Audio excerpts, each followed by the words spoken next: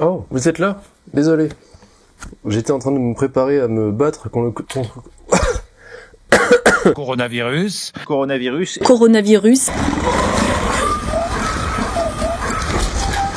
contre le coronavirus. Je suis malade, je n'ai pas le coronavirus, ne vous inquiétez pas.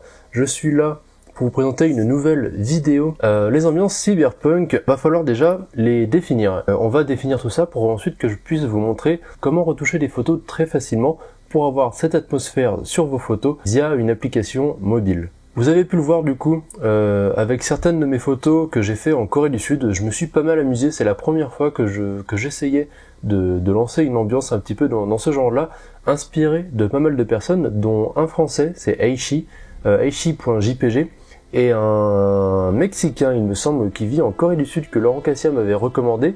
Il s'agit de Noeldi, ou Noealadi, quelque chose comme ça, je sais pas exactement comment le prononcer, de toute façon vous avez le compte Instagram qui s'affiche, et vous pouvez aussi prendre de l'inspiration via le Instagram Blade Runner World, qui est une source de pépites, de plein de petites photos que je vous invite fortement à aller voir. Vous l'aurez remarqué un petit peu via toutes les photos que je vous ai présentées et que vous pouvez aller voir sur Instagram, l'environnement Blade Runner est très particulier et très visuel et aussi très cinématographique, j'ai envie de dire. Il y a donc 4 points à voir, à tourner autour pour pouvoir représenter cette atmosphère bien particulière. Il vous faudra dans un premier temps un environnement urbain dense. Il faut que les câbles sortent des bâtiments, il faut qu'il y ait pas mal de néons, etc. Il faut vraiment sentir qu'il y a une espèce de petite oppression dans la photo. Ce n'est pas toujours le cas bien sûr, hein. Vous pouvez sortir du lot en faisant des photos un petit peu plus minimalistes, mais très souvent c'est un petit peu ce qui va ressortir. Les photos sont généralement prises de nuit, ça permet de mettre en valeur le côté un petit peu obscur de tout ça et de faire ressortir les lumières artificielles. En parlant des lumières artificielles, il faut savoir jouer avec ça en espérant qu'il y ait pas mal de néons et un petit peu d'affiches un petit peu partout. Bien sûr, ça marche mieux quand c'est avec du japonais parce qu'il y a toute la connotation un petit peu moderne. Donc quand je dis japonais, ça peut être japonais, chinois, coréen, bref, des caractères un petit peu spécifiques. Ça permet de donner un petit peu d'exotisme à vos photos. Donc pour ça, il va falloir voyager, c'est une autre histoire. Et ensuite, un des points, ça va être la balance des blancs qui va se situer très très basse dans les Kelvin, donc plutôt vers les 2000, 2500. Ça dépendra de la balance des blancs actuelle sur le terrain. Mais voilà, vous l'aurez compris, la balance des blancs va être très froide, avec une teinte qui va souvent basculer vers les violets, même si on peut réussir à faire quelques petites choses avec une balance des blancs qui tend vers le vert. Ça après, ça dépendra de vos photos et de ce que vous avez envie de transmettre avec vos retouches. Petite astuce en plus, tout sera embelli et plus facile si vous arrivez à vous démerder pour aller prendre les photos dans un jour de pluie, parce qu'avec les réflexions, vous allez avoir plus de facilité à mettre en valeur tous les reflets de lumière que vous avez un petit peu partout, et ça rajoute un petit peu ce petit côté sale des rues modernes qu'on peut retrouver dans les photos type Blade Runner. J'ai déjà fait du coup tout le travail sur Lightroom sur PC. Le but ici, ça va être de voir comment on peut se rapprocher au maximum de ce résultat avec une application smartphone pour pouvoir un peu vous amuser durant vos voyages, tester des choses. C'est aussi pour ça que le téléphone est là. Ça permet d'avoir un outil à la main qui va pouvoir nous permettre de réagir très rapidement pour pouvoir débaucher quelque chose, un premier travail, pour pouvoir faire quelque chose d'un petit peu plus sérieux et de plus finalisé, j'ai envie de dire, une fois qu'on passe sur le PC. J'utiliserai du coup mon OnePlus avec l'application Lightroom. Pourquoi Lightroom? Je vous conseille aussi d'utiliser Snapseed si vous voulez. Néanmoins, sur Lightroom, vous avez quelques options qui sont un petit peu plus poussées, qui vont un petit peu plus loin dans la retouche photo et qui se rapprochent très fortement des outils que vous pouvez retrouver sur votre ordinateur. Donc si vous voulez garder le vocabulaire et l'habitude que vous avez avec votre téléphone et ensuite l'appliquer sur l'ordinateur, ça va vous avantager énormément de déjà travailler sur Lightroom. Normalement, j'ai dû importer quelques photos, et bien sûr, ah si, voilà. Je retrouve la photo que je voulais retoucher. Je vous mets du coup le résultat actuel, ce que ça donne. Vous pouvez voir que l'ambiance est totalement différente. La photo est aussi sous-exposée. Pourquoi je sous-expose mes photos sur le terrain? C'est pour pouvoir rattraper plus facilement les ombres. Parce qu'il faut savoir que les hautes lumières sont plus difficilement gérables en retouche. Donc je préfère sous-exposer ma photo, quitte à prendre un peu de bruit dans les ombres. On arrive donc sur cette photo. La première chose que je vais faire moi, c'est d'aller au niveau de la lumière, qui est ici.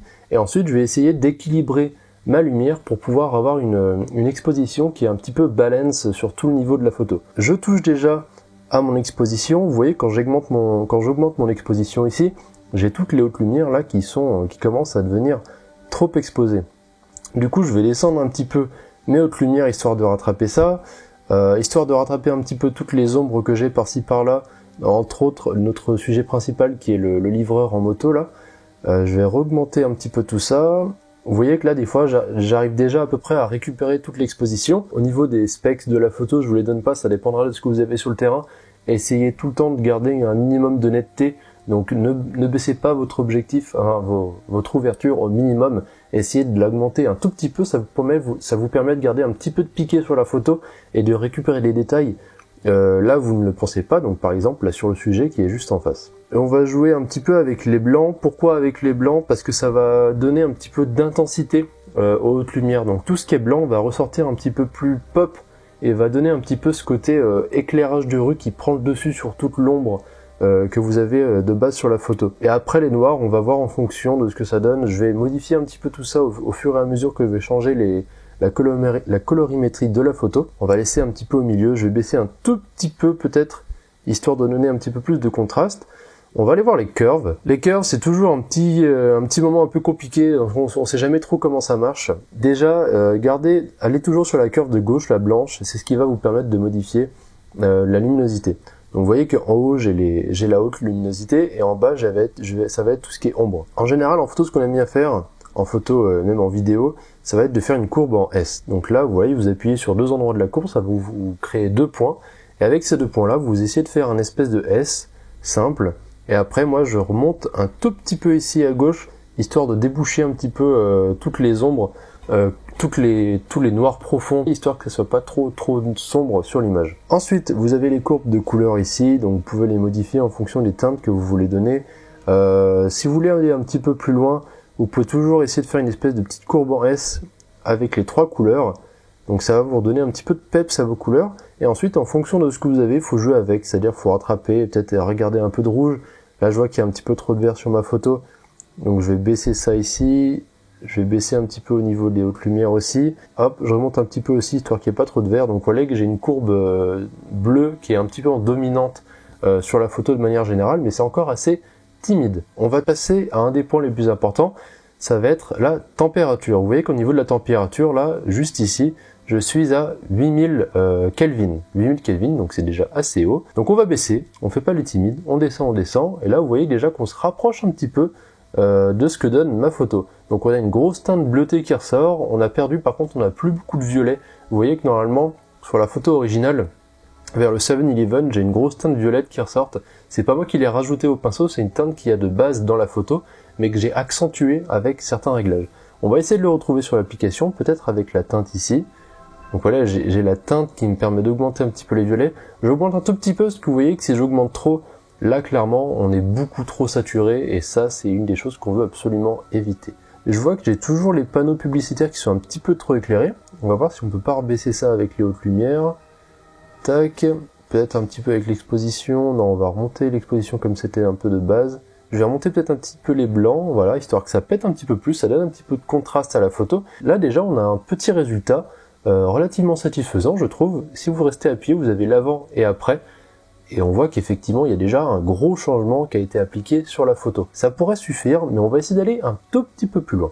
On va augmenter un tout petit peu la clarté et les textures, histoire de donner un petit peu plus de netteté et de grain à notre photo. Une des choses du coup que d'autres applications n'ont pas toujours, ça va être les split tones. Les split tones, c'est les... comment ça s'appelle déjà ? Je le marquerai ici, de toute façon vous le verrez. Qu'est-ce que ça va nous permettre de faire ? Ça va nous permettre de donner une teinte de couleur, soit aux hautes lumières, soit aux basses lumières. Ça rejoint un petit peu ce que je faisais avec les courbes tout à l'heure, mais là ça le fait un petit peu de manière différente, c'est un petit peu plus facile à comprendre aussi. Vous avez les highlights, donc les hautes lumières, et là vous allez pouvoir ajouter dans les hautes lumières beaucoup, toutes les couleurs en fait que vous voulez. Donc moi là ce que je vais faire, on va essayer de tomber sur une petite teinte cyberpunk. Vous voyez que là sur la photo que j'ai en face de moi, je vois que j'ai un petit peu de violet. On va voir, ouais, on va faire ça, on va garder un petit peu de violet. On va essayer de pas trop exagérer non plus. C'est un petit peu compliqué sur le téléphone, vous êtes beaucoup moins précis quand vous êtes sur le PC. Et ensuite, dans les shadows, donc dans les ombres. On va voir, est-ce que je remets pas un petit peu de violet ou je laisse comme c'était, sachant qu'il faut faire attention aussi à la teinte de peau des sujets que vous pouvez avoir dans la rue sur vos photos. Si la teinte de peau a tendance à beaucoup trop changer sur la photo finale, votre photo va beaucoup perdre de sa crédibilité dans son côté réaliste. Donc moi, c'est un des trucs que je garde principalement lorsque je fais des grosses retouches comme ça. J'essaie toujours de garder la teinte de peau le plus proche possible de la normale, histoire que ça puisse être cohérent avec le reste. Du coup, Dawn, j'ai terminé avec ça. On va passer à la suite. Sharpen, on va rajouter un tout petit peu de sharpening. On va masquer un tout petit peu le grain aussi, histoire que ce soit pas trop méchant. On va rajouter un petit peu de luminance, donc de réduction de bruit, pour pas que ça soit trop taché au niveau de la photo, que la photo soit pas trop abîmée par le grain non plus. Alors, on va ajouter des masques. Les masques, ça va nous permettre de faire une modification sur la photo, mais à des endroits donnés, à des endroits qu'on veut. Par exemple, sur la photo principale et sur la photo que j'ai sur le téléphone, vous voyez que à ce niveau-là, en haut, la texture de la photo à gauche est un petit peu sale et j'ai pas trop envie de ça. Du coup, ce qu'on va faire, histoire de donner encore un petit peu d'atmosphère à la photo, on va prendre un filtre radial qui va nous permettre de faire un filtre rond tel quel, sauf que nous, on le veut pas rond comme ça, il va falloir l'inverser ici, ce qui va me permettre de voir que toutes les zones qui sont en rouge sur la photo là, sur le téléphone, sont les zones qui vont être modifiées.